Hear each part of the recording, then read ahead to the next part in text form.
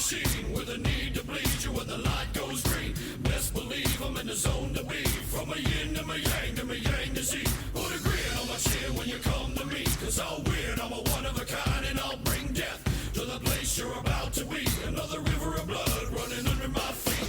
Forged in a fire lit long ago. Stand next to me, you'll never stand alone. I'm last to leave, but the first to go. Lord, make me dead before you make me whole. I feed on the fear of the devil inside of the enemy faces in my sight. Aim with a hand, shoot with a mind, kill with a heart like Arctic ice. I am a soldier and I'm marching on. I am a soldier and I'm marching on. I am a warrior, this is my song. I am a warrior and this is my song. I bask in the glow of the rising war, lay waste to the ground of an enemy shore. Wade through the blood spilled on the floor, and if another one stands, I'll kill some more. Bullet in the breach and a fire in me, like a cigarette thrown to gasoline. If death don't bring you fear, I swear you'll fear these marching feet. Come to the nightmare, come to me. Deep down in the dark where the devil be. In the mall where the jaws and the razor teeth, where the brimstone burns and the angel weeps. Crawl to the gods ever cross your path, and my silhouette hangs like a body bag. Hope is a moment now long past. The shadow of Hello, everyone. Welcome to another episode of Stu and the Nunn. I'm here with Toby, my brother from another motherland, in the southern studio. This is Troy up in your northern studio, and you see we got Rocco wherever he's at. But welcome everyone to the show. Toby, how you doing, man? Good. Hey, it's always great to be in the moderately southern studio. We will be here for approximately a few more hours, and then we'll be going straight south to the real southern studio that we'll be setting up sometime tomorrow afternoon, and then you guys will be seeing a more tropical scene behind me. Tropical. But well, we're gonna get down in the southern seas, a little more equatorial, but not quite Ecuador. Yeah, let's make that real clear. Yeah. But yeah. But going down to check out a place that I've grown to love, and mainly the fish, because you got to feed the machine, and that's my body. It's a temple, and it requires lots of tuna. It requires lots of ahi, and every now and then some octopi. But speaking of Mexico and Mexicans, we got what a transition. Nice segue. Yes. We got our brother that's not near Mexico. I'm assuming Salt Lake City today, in the home studio of himself and his show. But we got this famous face, but even more famous hands. He's a hand model. I don't know if you know this. He does a lot of hand modeling on the side, but everyone knows who we got. For Dove, right? Is it Dove or Palmolive, like one of those ones? He does that kind of thing? Yeah, it's one of those. Yeah. It's not Axe. It's not Axe. I can tell you it's not Axe. But Rocco, what's going on, brother? How are you? What's up? I'm in my Vinny Rock live studio, and so just hanging out with you guys today. What's going on? Not much, man. Sipping on the Starbucks iced coffee there. Yeah, midday bump. I need something. Everyone's like, "Why Starbucks?" I'm like, "Cause it's convenience." Yeah. Anything that's convenient works for me with my schedule and time, right? It's like, so I drink the cold brew because I need to cut out the sugars. I'm getting ready for season 4 Mayans. So that means I need to drop a few pounds because COVID's been hanging on a little too long for me. Oh, hey, so is this like the Dallas Cowgirls, man? Do they weigh and tape you? Is there 600-9 in Hollywood? What's going on? No, man. I personally like to see myself at a certain weight before going, because the camera tends to add 20 pounds for me, 10 for most, but for me it seems like 30. I have the similar affliction. Yeah. So I just try and I'm trying to look my best, and so every time it comes down to the wire, about 2 months before I have to start really working on it. But hopefully, I just can keep myself in shape and not have to deal with this fucking shit, right? Yeah. Right. Can I cuss? Sorry. Yeah, you can. You can say whatever you want, bro. Yeah. Okay. My mom won't like it, but that's okay. She's a SF. We wife. always just do a blanket apologies, because I'm usually like really bad. I'm like, sorry, Mrs. Stewart. Yeah, that's it. But hey, so you're trying to get down to fighting weight for the show. Is that because on set you have to defend your manhood a lot? Because every time I turn around, I'm seeing like these YouTubes of you fighting dudes in cages, but like on set. I don't know what it is, but everybody there wants to try and get a shot at the title. I don't know where that started. Hey, I heard like there's like at whatever Sutter Inc. office, whatever production company, there's like an actual contention ladder, like on the back of some like associate producer's door, and like in there, and then like I've been trying to find the betting line because like I want to throw some action against you to try and motivate someone like to step up. I don't know what it is, but it's like they met me. They started researching me, found out my background, was like, oh, this guy might actually be tough. Let's see how tough he really is. Everybody comes at it, dude. And they always lose. They've lost every time so far. Well, when they see what you've done to zombies, I mean, they're like, what's tougher than that, right? Yeah, look, if it was a sprint, they got me. They'll beat me all day. But everything they choose everything that I'm good at. So I'm like, this doesn't make sense. Well, there's a couple of Adonises on there. Like there's some studs on there. There's some studs. There are definitely some studs, right? We have like the little your boy doing like the jailhouse workout, like demonstrates calisthenically, like he's actually, physically tuned. He's more than a pretty face. Yeah, it's not a pretty face, to be quite honest, but he's an Adonis. He's a stud, right? He's the guy, right? There's the two top dogs are like the lady killers, I guess, if you will. But one of them is they're both jacked. This is like last season. They both came in. It's like I think they're competing with each other, but in the end of the day, they still can't. They don't. I think it's pump muscle. You can see this.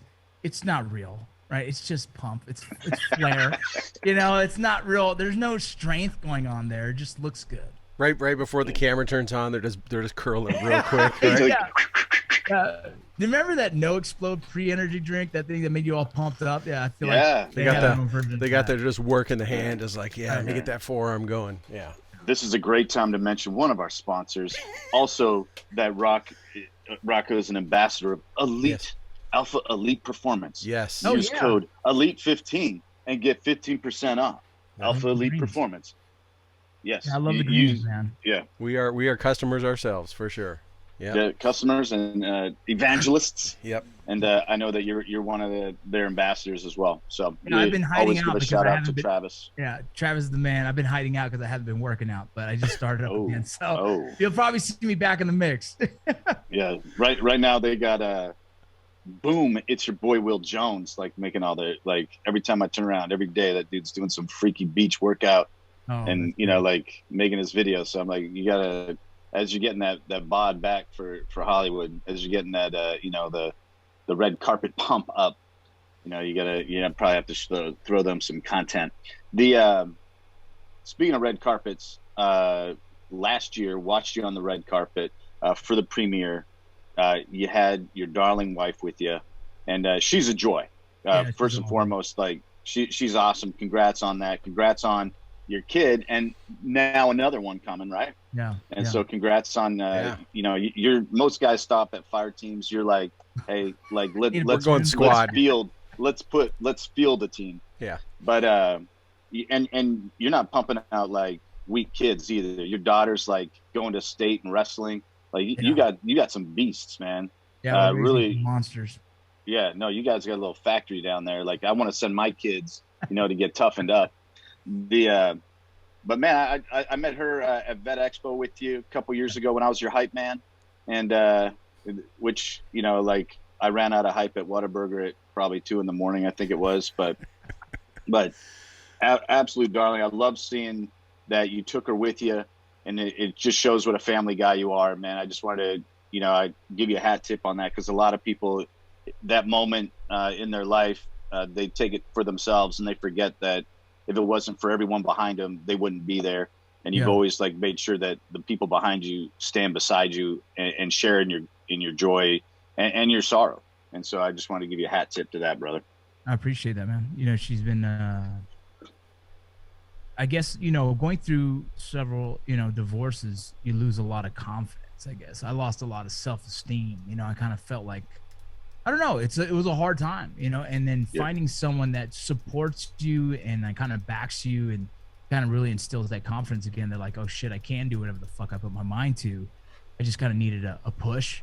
You know, she's been that push, she's been that motivation, and it's just been great. And you know, it's funny, every time I book a speaking engagement, I'm saying, yeah. They said, yeah. I said, yeah, book me, and then I just gonna need 2 seats in a hotel for my wife. And they're like, oh, okay. Like, I don't do these without her, man, because in the end of the day, if I'm gonna travel, if I'm taking time away from the family, one, I'm gonna be paid for that time, or I don't do it, right? There's nothing that makes sense to me without her next to me and enjoying my wins. Like, then I'm not doing this shit alone, right? Like, in the end of the day, all this shit can go fucking south, and I can just be home and working a day-to-day job.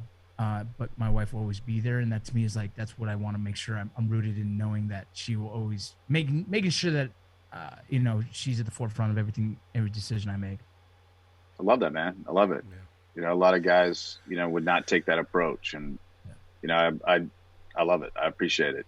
And you got some good friends behind you, man. Like, I saw the announcement, you know, like for Mayans come out that, you know, you got bumped up, you got promoted, and immediately you got guys like Nick Palmisano, you know, that, you know, like just shouting you out, just like showing love. So you got a lot of people in your corner, you know, and that's awesome.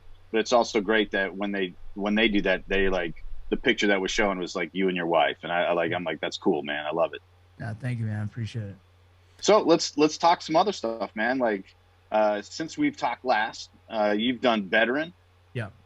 Let's dive into that, man. How's that going? Yeah, it's not. No, what? Man, it's a struggle. It's a struggle. Good. Business is a struggle. It's this beautiful science. It's this beautiful, like, you know, I even call it veteran and call it an uphill hustle. And it's kind of like, you know, life is a grind, and we got to just keep moving forward.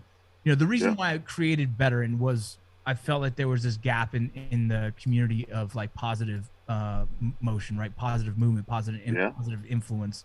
There's a lot of people out there marketing their brands, but they're not providing any kind of value, right? No sustenance, right? And so I was like, man, veteran should be something that motivates veterans to do more, whatever that fucking is, right? Whether acting, writing, I don't know, better dad, better person, better husband, whatever it is, but it's kind of hopefully to instill a little bit more motivation in a good direction for the community. You know, I got really tired of seeing the 22, and again, there's good organizations that label themselves 22, but the idea of people focusing so much on the negative aspect of a veteran, like you've never found a corporation or a company that talks about the worst aspect of their business, right? And so, you know what I mean?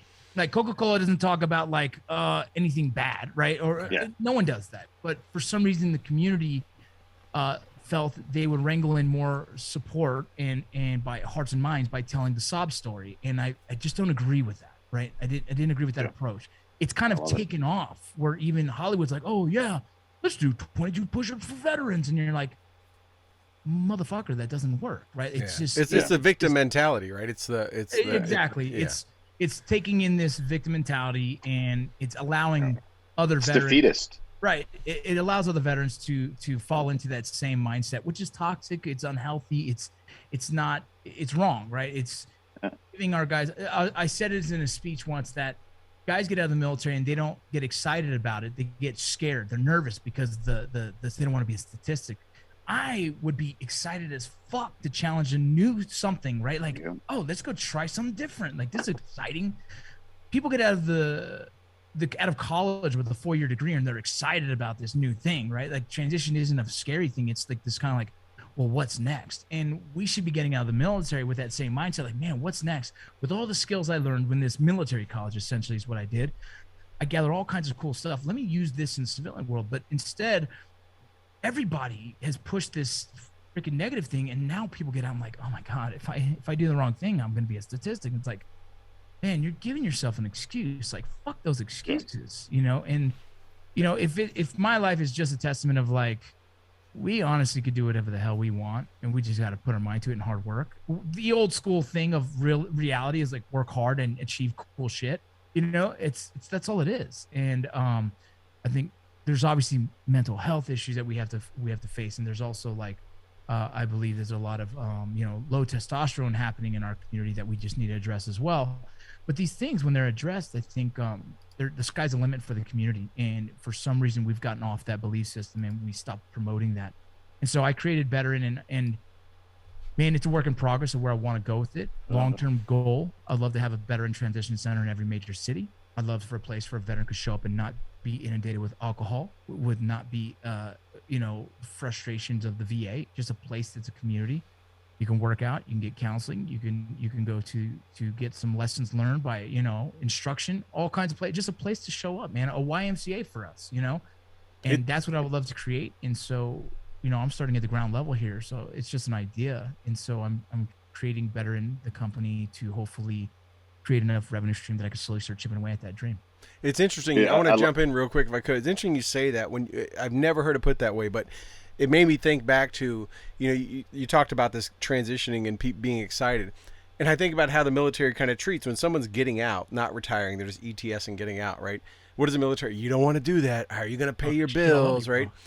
You don't know how to write a resume, and we got these programs, but almost the whole, and I look back to my time, and it was, a few years back when I retired, but it was almost like doom and gloom. Like, are you sure? Like, you get a steady paycheck here, don't get out, stay here. So they almost kind of start to instill that fear in you, right? Like, oh, I'm substandard, right? I'm going to be flipping burgers, right? Because that's what I say. You want to go flip burgers, And It's not, hey, you're bringing a conflict resolution, high stress management, people communication skills, all this stuff. Man, you're going to be such a powerhouse when you get out, like universities do when they say you're walking out with this piece of paper and you're going to tackle the world. The military preps you is like, you're going to go out there and probably fail, and demean yourself to be like work below you. I had a first sergeant sit me down. Like, they wanted me to re-enlist so bad, right? Like, when you see someone who's somewhat talented and just well-respected, and I was a hard-charging motherfucker at the time. So he's like, hey, Vargas, I think you should think about this. You have kids. Let's sit down. And he shows me this whole, like, structure on saving money. And he's like, do you have this money saved? Because if you don't, you can't retire. All these things. I was like, oh, yeah, no. I definitely have none of that figured out because no one in the regiment ever told me about a 401 fucking K, right? No one ever told me that I could actually start putting money away. No one ever told me in the military, right? So I was financially illiterate. I still didn't give a shit. I was like, no, I don't care. I'm not listening to this. It's time to get out, right? I had two friends that got killed right before they got out. They wanted to get out. We had these intimate conversations about what the plan was after. And I sat there thinking, like, I would hate to have that same plan and then get killed in Iraq when I feel like I've kind of I feel like I've done my job and I'm content. I'm ready to go try something new. Right? And so that's like my mindset. And then another squad leader sat me down another day. Took me to a bar, started drinking, and he started like, "You're gonna be flipping burgers." Same exact thing. He said, "You're gonna be flipping burgers with me. You're gonna be sitting there thinking like, damn, I never should have got out." And I sat there like, I know me. Like I just know me. Like, dude, you'll find me. I'll work 20 jobs if I have to just to freaking put food on the table. I don't care. Right? You guys know my story. I was an Uber driver and a car salesman at the same time, just putting money on the table for the kids. Right? This is when I was on one of the most successful companies, Article 15. Still didn't have like. Financial illiterate, yeah. I only figured this out a couple years ago, But people were telling me this, and I laugh now because I'm like, man, it's weird that we do that. Would you ever do that to your son? Imagine your kid. Yeah. Would you tell him like, son, no, you move out, bro, you're gonna fucking suck. You're not gonna make it. Why would you do it to your soldier? Because to me, my soldiers are my kids, man. Right? Every part of that is set up for defeat. Like even the way they approach the VA, like, hey, you got to get these ratings because if you don't get these ratings, you're not even going to be able to fall back on this minuscule thing. And like they don't pump you up, they don't lift you up, they don't present you with the option. And I'm not saying institutionally, I'm saying like directly and personally. I had a very similar situation. I got out as a senior NCO, so like my peer group, were like, well, you should probably wait till you retire. I'm like, like I'm ready to go. Yeah. Like I had faith and confidence that, the hustle was going to be strong enough that it would outweigh, the bad survival. And, like I nose planted, I crashed and burned. I made all the typical mistakes, but like it was about the hustle. Like, I need the job. What job will I take? Well, I didn't wait around for like my dream job to approach me. Like I went and found a job, and then I found a second job, and then I found a third job. And then it was like, this is what I'm going to do. I found a niche where I started working well, and then it's like, let me work up the chain here. And then as I was working up the chain there, it illuminated things and said, okay, you have opportunity to, be an entrepreneur, not just following somebody else's footsteps. You can start blazing your own trail. Well, how do you do that? Well, you just got to hustle. It was funny. Go ahead, but everyone said getting out, oh, you're messing up, bro. Yeah, and it's well, I just believed in the hustle. I just believed that no matter what, if I was up against the wall, I'd be best suited to hustle it out. Yeah, I love the term, the universe rewards hustle. I love that term because it's it really means just hard work pays, right? Hard work pays. Yeah, there's a lot of freedom on the other side of hard work. Yeah. And the thing, I was actually working out today, and I'm having a lot of struggle with watching all these life coaches out there, right? And I have this, it might be ego, I don't know what you want to call it, and I'll just say it. When veterans follow life coaches that didn't serve, it confuses me. Right? It confuses me because I'm like, it's a very strange thing because I think the best leaders are us. Yeah. Right? The guys who've led men in combat have actually done something that is so profound. You're teetering on life and death with someone's life, and you have to make those choices. That's the epitome of leadership. That's the highest order you could ever ask for. And then to come down and then follow a real estate agent who made a lot of money and knows how to market his branding. Yeah. So there's a difference. I agree with you wholeheartedly because the person that's marketing themselves as a life coach is a manager. Yeah. They just want to manage people, and they want to manage your money, and they want to manage your opportunity. They don't want to lead you. Yeah. Right. When you think of the definition of leadership, the art of influencing a person or a unit to, right. Purpose, direction, motivation. I saw your picture getting your E5 the other day, so I wanted to, give a shout out because you had to go to a board.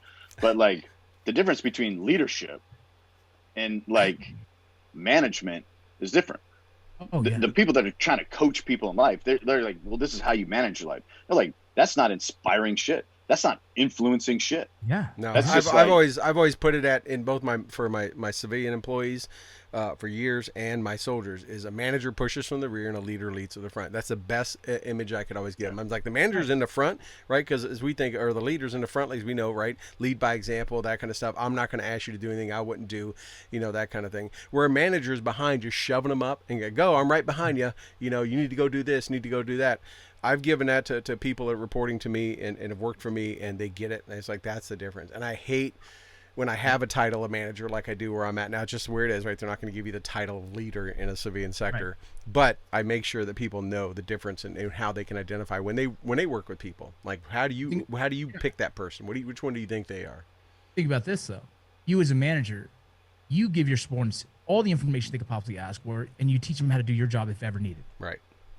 Most of these life coaches won't give you that information because if you do, then why would you have to pay? I used to tell people. I used to tell they're people irrelevant then. Right. Yeah. Right. I used to tell people in the military all the time. The two people I hated the most in the Army was the one that wanted my job and the guy whose job I want, right? And and I say the joke because my job should always be making my subordinates, my soldiers, my employees, whatever, take my job.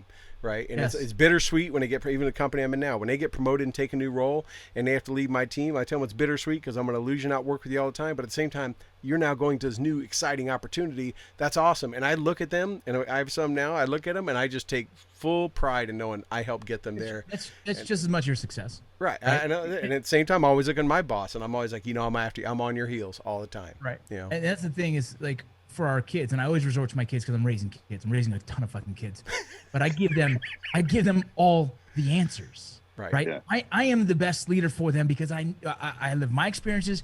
Here's all my answers. I'm not holding back. I'm going to tell you all the secrets I fucked up, and hopefully you make better decisions than I do. And you probably won't, right? I wrote just a blog the other day about my daughter in college, right? And if you guys read it, it's just so honest, right? And that's leadership, right? And so so we go back to the life coach thing is I would stop paying life coaches and I'd start looking for life experiences. And like you said, right? Life experiences is where I find my answers. Fucking it up and figuring it out, right? Yeah, that's where I figured it out. I wrote that blog and it has 20 jobs I've had in my life. And I think 10 of those are after the military. And it's just, I just realized that I don't like that because I tried it. I don't like these things, I experienced life instead of sat there scared to experience different things.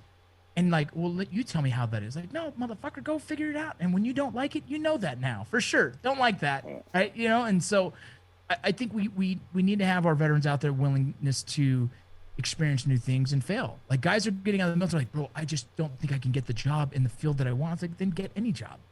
Just get any job. Pay the bills. That's a stress that you need to make sure that is fulfilled. Right. Pay the bills. Beans and bullets. You know, make sure the family is good. Right. After that, you will fall into your, you know, into your zone.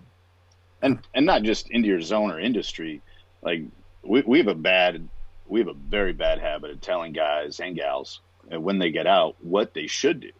Yeah. Like, oh, well, you know, we're all 3 infantry guys. So they're like, well, you should probably find some form of law enforcement. Yeah. Oh, you know, like, don't get me started. you know, like, right. And, you know, and here we have 3 different dudes, right? We got, you know, all 3 infantry dudes, all 3 NCOs. One's, you know, like a tech guru. The other dude owns a sport fishing company and an apparel company. And the other dude's in Hollywood, you know, with a barbershop, a veteran company, and a couple other things, you know, like some sporting card collections, you know, little things on the side. But like, you know, like everyone told me I needed to get in law enforcement. Everyone told me I needed to get in, you know, threat assessment and security because that was my specialty. It's like, actually, it wasn't my specialty.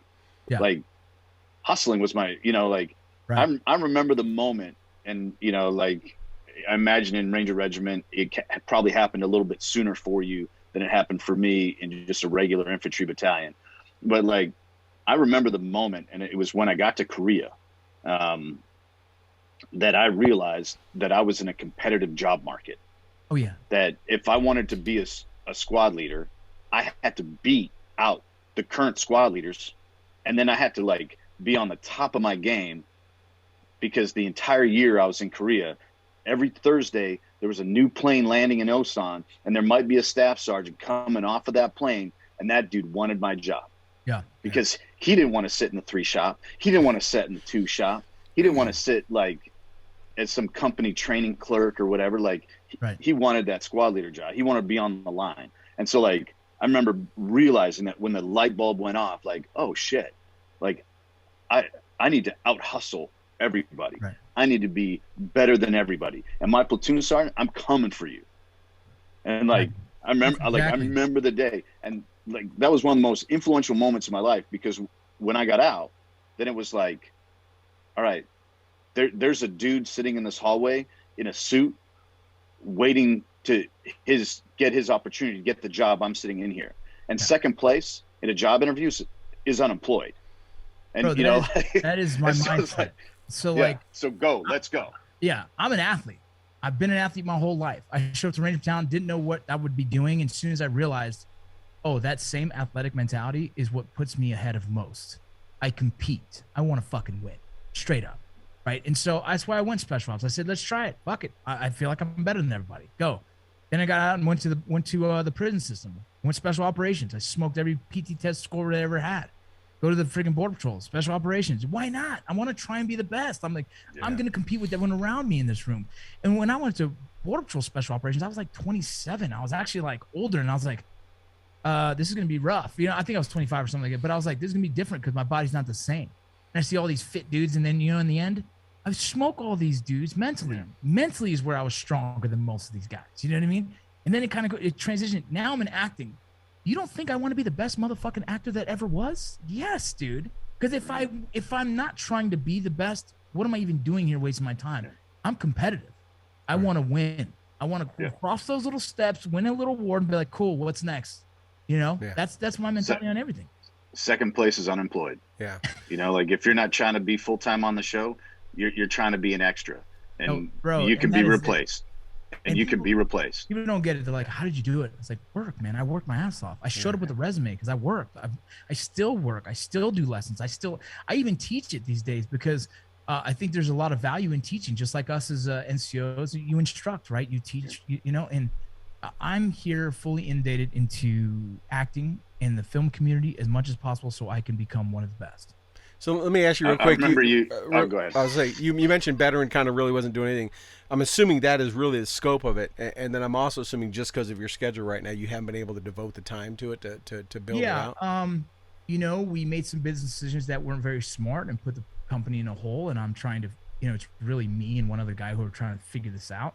I moved everything from Florida here back to Utah, and I got it to a new warehouse, and that new warehouse is now trying to upload all the new images and new you know designs. I'm actually trying to pivot more into the fitness kind of. I'm thinking more fitness for my own, right? Like motivate my own ass to get in there, but just trying to really keep pushing this positive thing. And so I had to slow down, I had to regroup, and now I'm going to be starting all over again. And again, it doesn't bother me. Some people would be so uncomfortable with that idea. I don't care, right? Like I don't live in the space like I care. I'm going to put out shirts, and if one person buys it, cool. And if 100 people buy it, cool.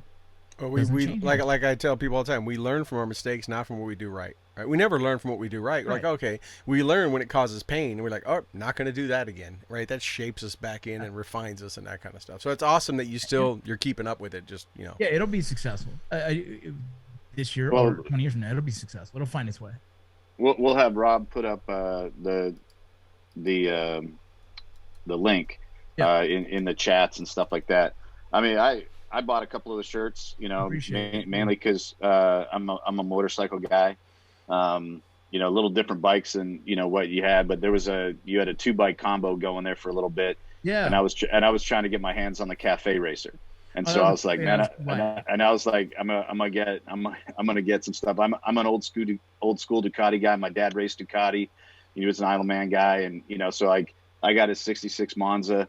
His 66 Mach 1, you know, like 250 GP racer in my garage next to like a more current, more contemporary 898 Corsa in the garage right now. And I saw the 2-bike combo on there, and I was like, man, like I'm gonna get my hands on that Cafe Racer, and then I was gonna donate back like you know the cruiser and you know and figure something out, you know, for the charity. But I love what you're doing. I love the spirit of it, because like, you know, Troy and I talk, you know, to guys all the time on the show and just in life.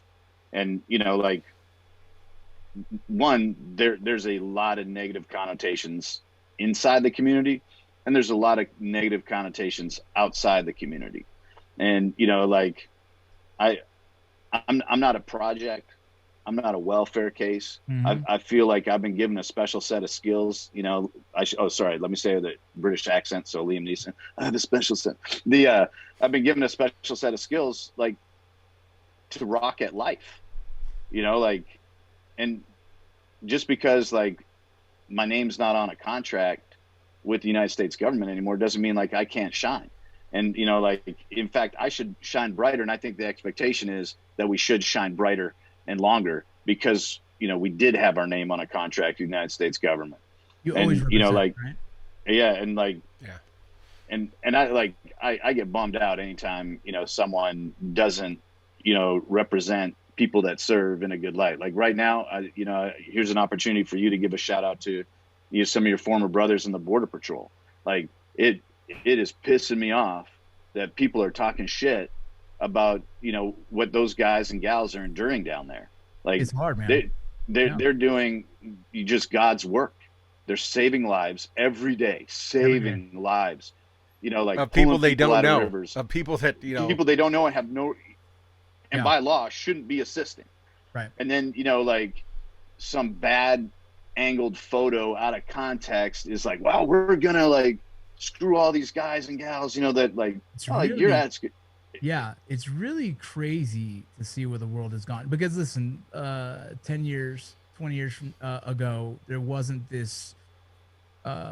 We weren't in a space where everything is recorded and uploaded, right? And so now that we are, people, because of pure ignorance, don't know how to receive information this well, right? Like, it's almost too much information for the average person to really dissect on their own and come up with a really good conclusion. Instead, it's like, one person mentions, oh my God, they're whipping them, right? And then everyone goes, oh my God, they are. Like on a photo, like they start to believe this, right? It's scary and sad to see society so gullible, because it really is new information in our world, right? It's like it's not very recent when people are starting to receive so much information and trying to freaking dissect it in their own heads. Instead, they allow people to tell them what it is instead of instead of researching on their own. Oh, is that what that is? He's whipping them. Oh, this is terrible. The worst thing I've ever seen. America. Blah. And you're like, what the? So far as the president commented, I'm like, oh, we're going to investigate this. Like, they're going to pay. They're going to pay. Yeah, wait, big dog. They're going to pay. We should research this a little bit better.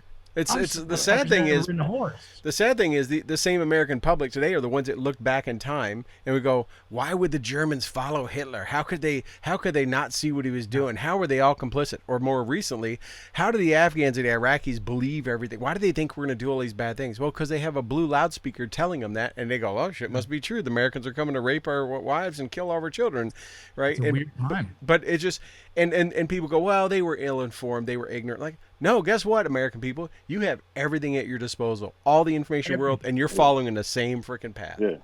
Your blue loudspeaker's a flat screen. Yeah, all the information you could possibly have at the palm of your hands, and you don't use it because that might take too much time to read 2 different articles from 2 different locations, right? It's just the most ignorant society I've ever seen with the lack of with the most information. That's weird to me, right? Yeah. It's actually why I push to my kids so much more about education. I'm like, educate, please, educate. Like my daughter the other day, she was like, I was like, hey, babe, she wanted some boxing gloves. I said, look, just order them on Amazon real quick and just get them for class, right? Because she's doing some boxing class in college.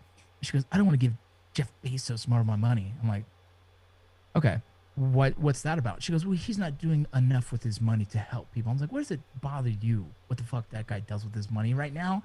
When you need boxing gloves in 2 days, he's set up the system that works, okay? So just fucking order the goddamn gloves and just deal with it, right? And if you want to change that, go to college and figure out a way to fucking make your own Amazon. All right, like let's not like we got to live in a space. A lot of people have jobs because of him. It's good whether they like it or they're paying their. I said whether I like where he puts his money in the political side of things, it's none of my business. There's millions of people now that work because of this fucking dude. So, I mean that is something. And I'm not ever going to be mad at a dude for creating a system that we all use. And like, all I want to do is like, damn, I wish I thought of it first. And how do I fucking make something that fights with him? Right. Like this is the mindset of like, you're a victim if you complain, you know, instead find a solution, find your own answer. Right. Like get educated with all these laws that happen. My daughter was like, Dad, how do you change laws? Like get in a position to change the damn laws. You can't complain. We can try and vote, but we already seen how that goes. No, like there's a lot of people's morality, you know, or what they claim is their morality is just clouded, their character clouded in jealousy.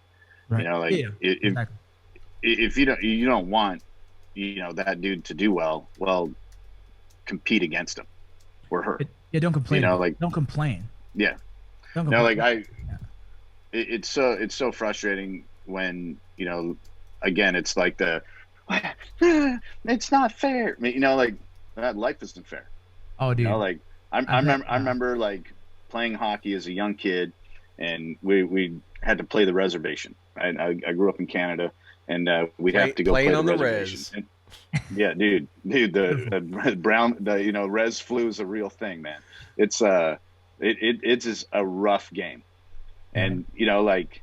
We would go and we played a clean style of hockey, you know, at a, you know, lower level. You know, there wasn't a lot of checking. There wasn't a lot of hits. You know, you had to like stick and puck your way past people and you had to skate. And we got on the res and like, they didn't care if they hit you, you know, like they did not care. And they did not care if they clubbed you and they didn't care if they tripped you. And, you know, the stands were just as rowdy as the rink. And, you know, like I remember, like it's not fair. You know, like we should have. It was a tie game, and you know we had a goal called back on a stupid penalty. And I remember telling my dad, "It's not fair." You know, like we beat them. And he's like, "Life's not fair." Yeah. It's like, yeah, not everyone plays by the same rules you play by. Not everyone plays by the same morality you do. Work harder, because if you really wanted to win, you just skated harder. You'd have passed faster. You'd have been more accurate. Yeah. You know, like I get veterans that I know in the acting space, right? And you know, they won't come out and tell me anything, but like we can read people. Like I don't know if anyone else can do this. I don't have a magical power, but I can read behind the lines of people's social media posting. And you're like, okay, this guy's a little pissed off, right? You know what I mean? When someone posts, you're like, they're a little butthurt, or there's a little signal there. Yeah, they're dealing with something right now, you know. And I've seen a few of these veterans who are in the Hollywood space and they're working their ass off and they're not getting these breaks. And I get a break, and then I see a post and they're kind of bitching about Hollywood and it doesn't give them the opportunity. And I'm like, yeah, you can bitch about it. Doesn't fucking help. Like, it does not fucking do shit. Like, you have to go out there and fucking hustle. You have to find a fucking way, dude. And that is plain and simple. And you know what? Sometimes it doesn't happen. And that's the shitty part of this life, right? Sometimes it just doesn't happen. And that's just the reality you have to come to. I didn't fucking know I was going to be in this position. But once I got my little foot in that goddamn door, oh man, I made every decision I could to fucking keep that decision. I made myself, for Mayans, like, bro, I think they hired me because I looked the part and they couldn't find any other motherfucker. Right? Like, that's how I genuinely feel. But that's not how you kept it. Exactly. My point. That's exactly my point is, like, I might have got my foot in the door because they were in desperation for a dude that looked different. Well, a guy who just a Hispanic motherfucker, and timing. They're like, oh, look, we film in 4 days. It's like, fucking hire this kid. You know what I mean? They didn't know I had a background in theater in college, so I did have something, right? But I just kept my goddamn mouth shut. I fucking did exactly what they said. I showed up on time. I never caused an issue. I smiled every fucking day. I became friends with everybody on set. And then I said, hey, I also have a background in military and law enforcement, so if you need that, like, just tell me. I'll help. Boom. I became available for them.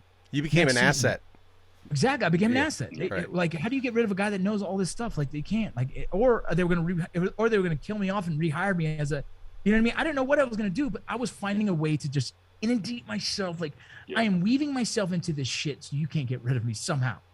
And then also, like, he's also a fucking pleasure to be around. You know what I mean? Yeah. He looks big and intimidating and mean, but man, he's real nice and smiles and brings me a coffee in the morning. It's like, you know, Bro, I did everything I could to put my best foot forward. Like you would as an NCO. In an industry that people have egos and are assholes and all that kind of stuff, you're probably a breath of fresh air to some of them, where people get so full of themselves that they think that, you know. That's exactly. I did my best to just be a good person. And that's the person who I genuinely am in life. And so I just did my best. They threw out the fucking first pilot because whatever reasons, right? Stuff that's way above my pay grade. And then they recasted 4 people on the show. Mine was included. They didn't get rid of me. They gave me a different character. And I was like, oh, well, this is cool. Right? All of a sudden, I'm fully involved in this show. Like, I thought I was going to have, like, one season get killed off, and I'm like, man, woo, man, I got on Mayans, dude. Like, this is just the beginning. Yeah. No, bro. I got fully weaved into it even more. And then I'm like, damn. And so then offset, I'm hanging out with the guys, I'm bullshitting. And then the writers tell me season 2, like, look, man, we saw you guys' chemistry together. We kind of want to play into that chemistry season 2. And I was like, cool. Boom, my character got a little bit more. And then the relationship started growing a little bit more. Season 3, even more. I don't even know what season 4 has in store for me, but all I've been doing is the same thing. Hard work, being a good fucking person. I am not taking any of these moments for granted. I'm learning from because that one day Mayans will end. Hopefully it's season 37 and the show's done and I'm dying, right? You know what I mean? But until that, I'm prepared for this to end tomorrow and for me to jump onto a new ship. Like, I am giving everything I can, but I'm also soaking up everything. It's like a new kid in the platoon. Like, learn everything you possibly can because you don't know when it's your time to shine. And that's all I've been doing this whole time. And I think some people expect it to just fall in their lap because they're in Hollywood. They've done the work. And it's like, sometimes it's not the case. Like, my situation is one, I was able to get an opportunity and then I held on to that opportunity. And I'm going to keep holding on to this motherfucker until they kick me out. Because, even if you go into something new that's not acting, your next adventure, you're going to take from this lessons, just like you have in all your past ones, right? All the way back to military, if not before. And you're going to build on that, right? You're going to learn, whether it could be a whole new vertical. Yep. And you're going to take from this and know what it was like to deal with writers and people with egos and all the other aspects of putting together a production. And you're just going to it's going to refine you and sharpen that sword that much more. Yes, no, like, one of the things, like, I kind of want to touch on this veterans in Hollywood thing. You know, because I know some, you know, I've done, you know, a couple of little things, you know, writing wise and some other stuff out there. And, I got friends. One of my soldiers, was one of the founders of the Veterans in Film and Television, Kyle Hausman Stokes. Yeah. Like there's some great guys and gals out there, working hard. When I read like those posts, and I think I even know one of the posts you're actually referencing, it's disappointing because there's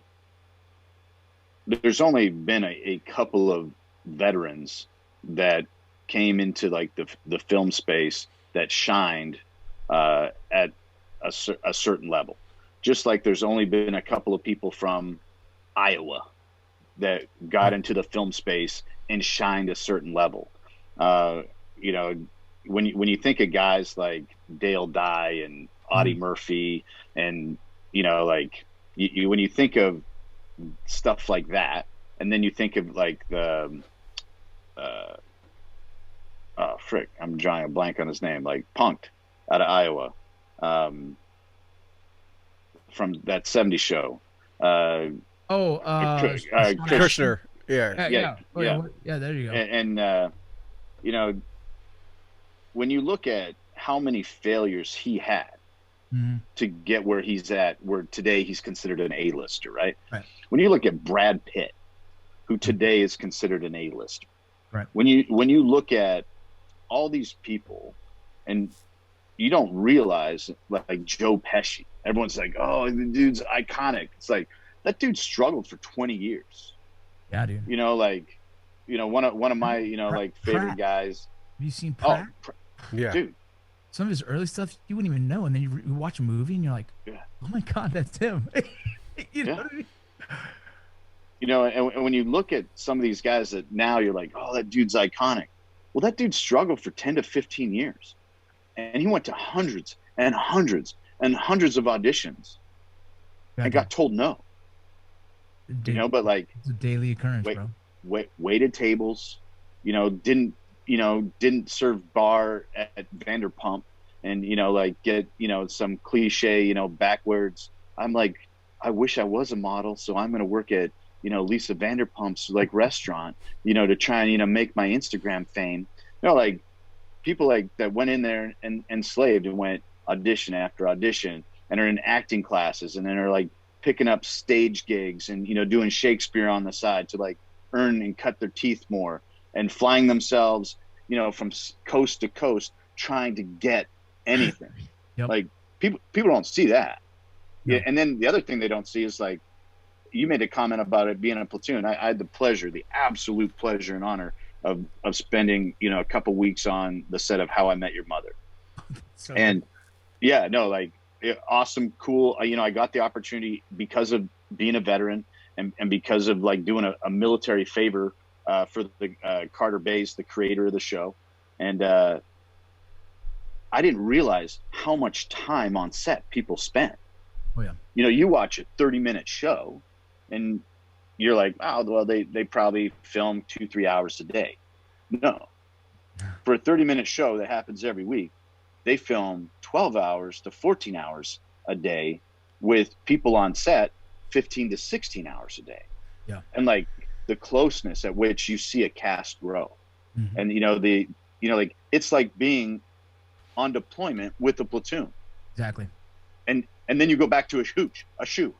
Yeah. Especially if you're on location versus a soundstage. And it's like being deployed, and people understand. And I think like your personality is like probably definitely kept you in the game, because like dude, people aren't used to spending that much time with people, like they're not used to spending that time. And that's what I'm good at, right? Put me in really uncomfortable positions. Let me make you laugh, right? Like in Ranger School, like I was the guy that in the worst day, you could probably turn and look at me and I'd be like, this is fucked, right? Like this sucks. Yeah. And that has just been my life. And like, taking that to film, some of these guys are just like, dude, it's just when we're all together, we know we're going to just, fuck with each other, have fun, work out together. We're brothers, we're family. And then those 5 months of done filming, we go home and we might not talk to each other again until it comes back around, and it starts off like it never left. Like we're right back into the mode of just like, let's do it again, man. You know what I mean? And Dude, remember, I was the lowest paid dude on the show for a long time. So I come home from Mayans and I go right back to a day job. You know what I mean? Like, I'm still earning my keep. You know, this season might be that first season where we actually like, oh, okay, there's a little breathing room here. But it's 4 years. It's actually coming up on 5 years because we filmed the pilot the first year and that got thrown out and they got pushed. So we're coming up close to 5 years of being on this show and still chasing this dream because financially, I'm not in a position where I can just do this only. You know what I mean? I have to hustle multiple different things to keep the lights on, to keep the family comfortable, and still on the side, I'm doing my job, I'm awake with my kids, and then I'm going home and doing an audition at night, and hopefully the baby's not crying that night. You know what I mean? Yeah. Like, I'm still in the middle of this grind, and just recently signing this contract for being a season regular, you know, we're starting to see like, oh, we might have some breathing room where we might be able to give this everything. Like, I'm still not there, dude. Yeah. So I'm about to be, hopefully, right? Hopefully, if everything goes right, we're going to be like, oh my God, we're full on acting. And that means, then it's even more scary for me. That means when this job stops, the money stops, right? And so you got to be hustling all the time for the next thing, not typecasting yourself, you know, still being kind to everybody. I wonder, do you approach things? Do you sometimes wake up almost like pinch yourself and like, man, they're gonna figure me out. Like, I can't believe I'm still here. Like, how lucky I am. I'm waiting for them to give me the chance to show the world how fucking good I am. That's what I'm seriously like. I love it. I'm like, motherfucker, please give me that chance because I'm gonna show the world. I'm gonna rip everyone's fucking heart out and like, oh, big man can act. Like, yeah, motherfucker, I can. And what I'm scared of, like, I love Danny Trejo. He's actually an idol of mine. We grew up in the same, you know, the 818, the San Fernando Valley, and so I look up to him as a person. But I want to not be. I mean, look, he's a great career. So if that turns out to be my career, if that's the worst thing, cool. But personally, I really want to keep pushing my acting to a level that is recognized as, you know, some of the greats, some of the, you know, Leonardo DiCaprio's, the Benicio del Toro's. Like, I want to show that level of commitment to acting, theater. Like, let me show you new interesting roles, not in the same type of character. Really stretching your wings, right? Really pushing yourself to the limits. Yeah, absolutely. Yeah, and so that's the goal. I can imagine. I mean, I was to say, you know, and I've been retired since 2009, and I still tell people, it's funny, it's just something you said earlier made me think of it, right? People say, how do you handle the stress? How do you do this? I go, you know what? No one's shooting at me. No one's trying to blow me up. It really ain't that bad, right? And I kind of get the impression you probably go along with saying, like, this really isn't that bad because you've kind of been in the suck before and know what really bad is like. You know what's funny is I was nervous as fuck for my first audition, and I sat down with a buddy for lunch, and it was like this seriously 5-minute lunch. He had to run in and run out, and his name's Steve Howie. He's the lead for Shameless. We became friends through Range15 and shit like that, right? So I'm in LA. By chance, I say, hey, bro, do you have a second? I'm going to an audition. I'd love to just talk for a second. He goes, I'll be there in 5 minutes. He sat down and said, you've done harder shit in your fucking life. Fuck this shit. Go in there and own it and walk the fuck out. I said, oh. And I never had the idea of that, right? It just, I was like, oh my God, I gotta be perfect out of this. And when he said it, I was like, oh yeah, fuck this, right? Just be prepared, show the fuck up. If they like you, they like you. If they don't, they don't. Get the fuck out of there. And that's what I did. And I owe it to that dude for giving me that mindset in Hollywood. I never thought to bring that same, like, I've done harder shit. I never thought about that in Hollywood. I just kind of was like, oh, it's a new thing. I gotta be good. Like, no. You've done scarier shit. Like, so just show up and do your thing. And he did it in 5 minutes. But and then he had a hoodie on. He's like, all right, listen, bro, go in there and fucking, you know. And then he goes, all right, I gotta go. Boom, and he leaves, right? Because he don't want paparazzi to show up and take pictures. Like, he didn't want to cause a scene. He's a pretty big deal in that area. Yeah. My wife is like, who is that? I was like, that's Steve from Shameless. She was like, what the hell? Like, we were laughing about it because it's this really cool thing that I'm sure I'll write in a book one day and how weird that was. But it really was the kick in the balls I needed, you know? No, like a lot of people, you know, they think that, you know, it's easy. And I really like how you just said, you know, you're waiting on that opportunity to show your depth and what you can do. And, you know, you kind of have a little bit of that Renaissance, you know, you got the singing thing, you know, I know you released a song not too long ago. I think we're going to try and play it here and get something, you know, to play it with.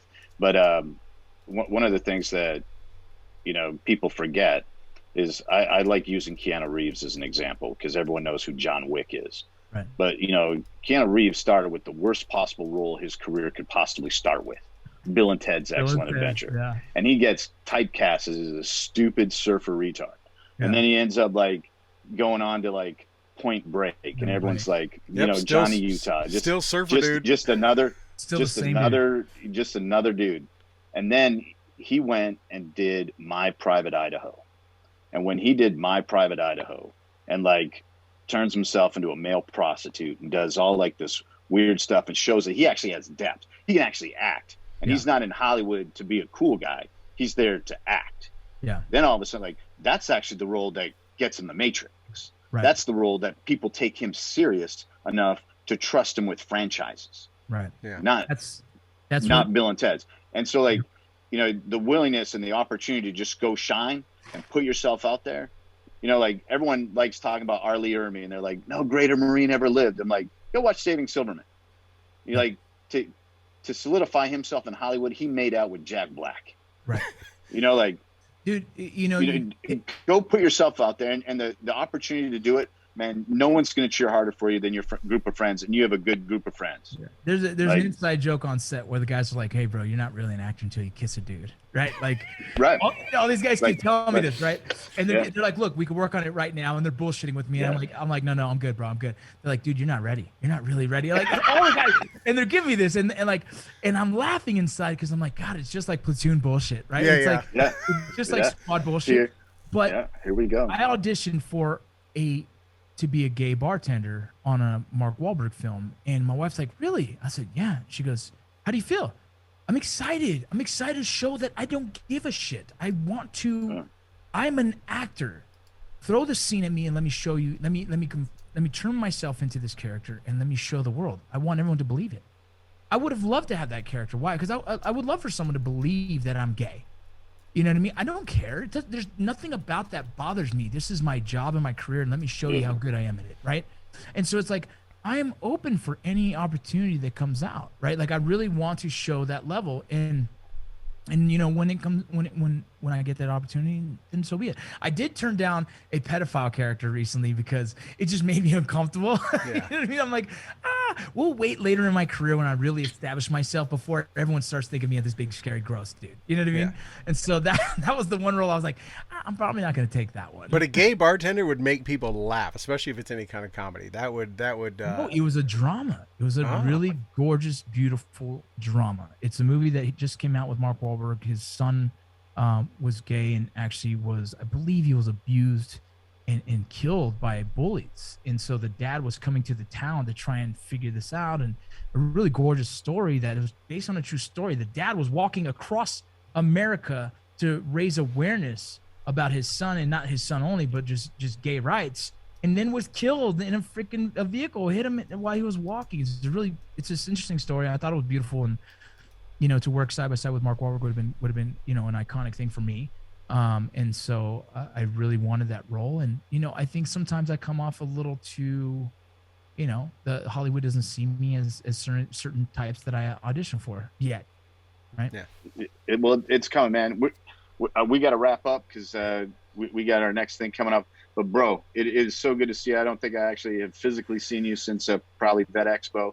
Right. It's great to see you, man. I love what you're doing with Hero Sports. We haven't even had an opportunity to give Hero Sports a shout out. Shout out to Hero Sports. Shout out to Hero Sports. It's all right. We got stuff to talk about next time we have you on. Rob. Yeah, we got to have you back. Let's do it again. We can talk more about taco trucks and Hero Sports and you know, all the good things you guys got going on there. Man, congratulations, brother. Yeah, that is so cool, man. I feel like, you know, you are on the shoulders of some giants. And I also feel like you're on the shoulders of some really small dudes that are just really proud to know people that when they watch FX, you know, and say like, I know that guy, man, like that's awesome. And couldn't be prouder for you, from banging zombies to like, you know, running heroin. I knew that was going to get in there somehow. Awesome. I knew that was going to work its way in. Hey, you know, you did it, so you got to own it, you know. I'm an actor. If that doesn't show depth, I don't know what does. Thanks, you know, and again, everybody, you know, make sure you go check out Veteran, you know, Google it, and we'll have the links in all the chat boxes and all that stuff. Vargas, man, anything you want to throw out there? Oh, man, Anything you want to shout out? Or I appreciate you guys. I try and do a live podcast Wednesdays and Thursdays on my Facebook. You guys can join us if you want. It's just there's no schedule. We just talk. Veteran.com. Go check that out and support, please, if you will. And just go out there if you guys are a veteran and you're just looking for some kind of mentorship. You're more than welcome to reach out to me, and I'll call you. Shit, we'll talk. Awesome. Love it. Well, hey, thanks, Rocco. Appreciate it, man. And you have a great night, and appreciate taking some time to talk with us. Not a problem. Let's schedule a second one coming up soon. Oh, we'll definitely do it. Let's do it. All right, cool. Everybody have a good night. Thank you so much for joining us.